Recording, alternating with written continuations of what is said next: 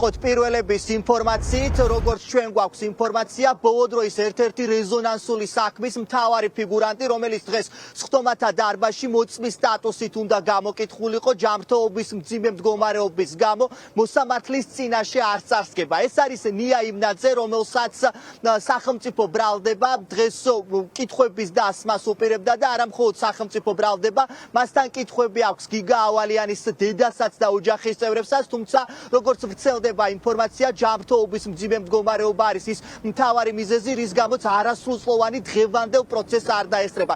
ინფორმაცია ამის შესახებ რამდენიმე საათის წინ თავად გიგა ავალიანის დედამ სოციალური ქსელის მეშვეობით გაავრცელა. ეკა კუპატაძე ამტკიცებს, რომ მედიკოსებმა გააყალბეს სამედიცინო დოკუმენტები, რადგან ნია იმნაძე დღევანდელ პროცესს არ დასწრებოდა და მოსამართლის წინაშე მას არ ეთქვა ინფორმაცია იმის შესახებ, რა ინფორმაციასაც რეალურად ის გიგა ავალიანის ბურუსით მოცულ მკვლელობასთან დაკავშირებით ფლობდა. ეკა კუპატაძე ამბობს, რომ ყველა ის მედიკოსი, რომელიც ამ საქმეში მონაწილეობს, რომელმაც სამედიცინო დოკუმენტი გააყალბა, იქნება შესაბამის პასუხისგებაში მიცემული. პროკურორიც ადასტურებს იმას, რომ ნია იმნაძის ადვოკატი დღეს მიმართავს მოსამართლეს შუამდგომლობით იმის შესახებ, რომ იმნაძე ვერ გამოცხადდება სხდომათა დარბაზში და მისი გამოკითხვის პროცესი მოხდეს დისტანციურად. იძულებითი წესით იმნაძის სხდომათა დარბაზში ვერ მოიყვანენ, რადგან ის არის არასრულწლოვანი და შესაბამისად კანონმდებლობა არ ითვალისწინებს იმას, რომ არასრულწლოვანი სამართალდამცველებმა იძულების წესით მოიყვანონ სხდომათა დარბაზში. დღეს მხოლოდ და მხოლოდ ერთადერთი პირი გამოიკითხება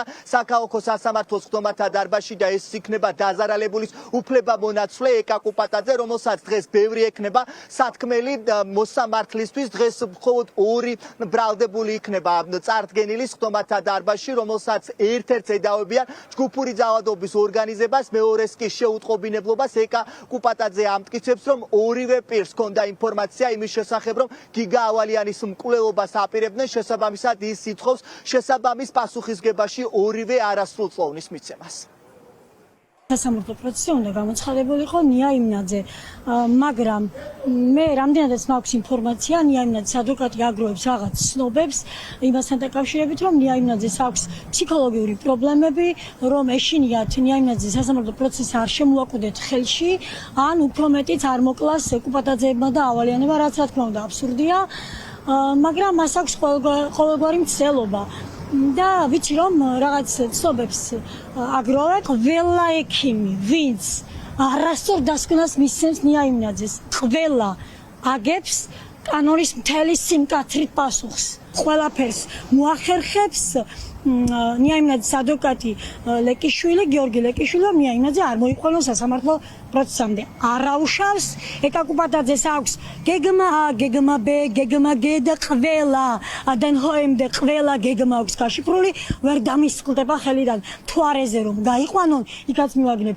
ნია იმნაძე მოწმის სახით გამოძახებულია დღევანდელ სასამართლო პროცესზე, ამასთან დაკავშირებით მას ჩაბარდა უწყება, ძალიან ბევრი კითხვა იქნება მასთან დაკავშირებით, დანაშაულის მოტივთან დაკავშირებით, დანაშაულის დაგეგმვასთან, მომზადებასთან, შემდგომ ჩადენასთან და დანაშაულის ჩადენის შემდგომ განვითარებულ მოვლენებთან დაკავშირებით. ადვოკატმა ჩემთან ზეპირ საუბარში განმარტა, რომ ნია იმნაძეს ჰქონდა როგორც ფსიქოლოგიური, ასევე ოფთალმოლოგიური და კარდიოლოგიური პრობლემები.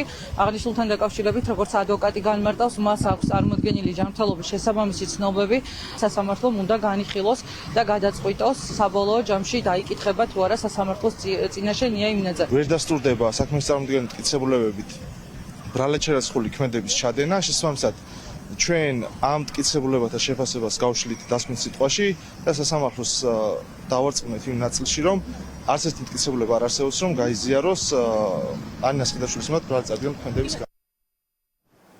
როგორც ჩვენთვის გახდა ცნობილი რამდენიმე წუთის წინ მოსამართლემ დღევანდელი პროცესი გადადო, რადგან საბადრაგო სამსახურის თანამშრომლებმა ვერ უზრუნველყეს იმ ორი ბრალდებული სხდომათა დარბაზში მოყვანა პენიტენციური დაწესებულებიდან, რომელთა პროცესების დღეს უნდა გამართულიყო საქალაქო სასამართლოში. შემდეგი პროცესი უკვე ხუთშაბათს გაიმართება და სწორედ ხუთშაბათს იმსჯელებს მოსამართლე ნია იმნაძის დისტანციურად ჩართვის შესახებ. ეკა კუპატაძის მთავარი მოთხოვნა არის, რომ არასრულწლოვანი გოგო, რომელმაც სავარაუდოდ მიცი ინფორმაციით გიგა ავალიანის ჯგუფური ძალადობა შეუკვეთა, გამოცხადდეს სხდომათა დარბაზში და მისცეს ჩვენება ყველა იმ პირის წინააღმდეგ, რომლებმაც ჩაიდინეს დანაშაული და გიგა ავალიანის სასტიკად ცემეს, რის შემდეგადაც ახალგაზრდა ბიჭი რამდენიმე დღეში გარდაიცვალა.